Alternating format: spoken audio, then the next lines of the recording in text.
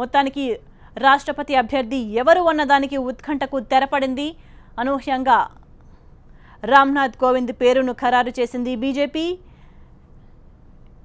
రాష్ట్రపతి అభ్యర్థి ఎంపిక విషయంలో ఇప్పటివరకు చాలా కసరత్తులు జరిగాయి. సీనియర్ నేతలంతా కూడా ఆశావహులుగా ఉన్నారు. కానీ వాళ్ళందరినీ పక్కన పెట్టి అనూహ్యంగా వివాదాలకు తావు లేకుండా ఉండాలని బీజేపీ రామ్నాథ్ కోవింద్ పేరును ఖరారు చేసింది. బీహార్ గవర్నర్గా పనిచేస్తున్న రామ్నాథ్ కోవింద్ని ఎన్డీఏ రాష్ట్రపతి అభ్యర్థిగా ఖరారు చేసింది. ఈ నెల 23న నామినేషన్ వేయనున్నారు రామ్నాథ్ కోవింద్.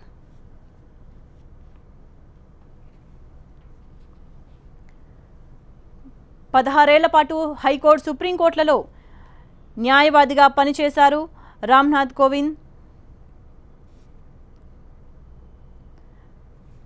బీజేపీ దళిత్ మోర్చా అధ్యక్షుడిగా కూడా గతంలో పనిచేశారు.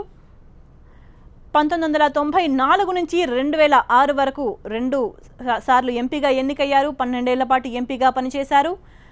హైకోర్టు, సుప్రీంకోర్టులలో అడ్వకేట్గా 16 ఏళ్ల పాటు పనిచేశారు రామ్నాథ్ కోవింద్.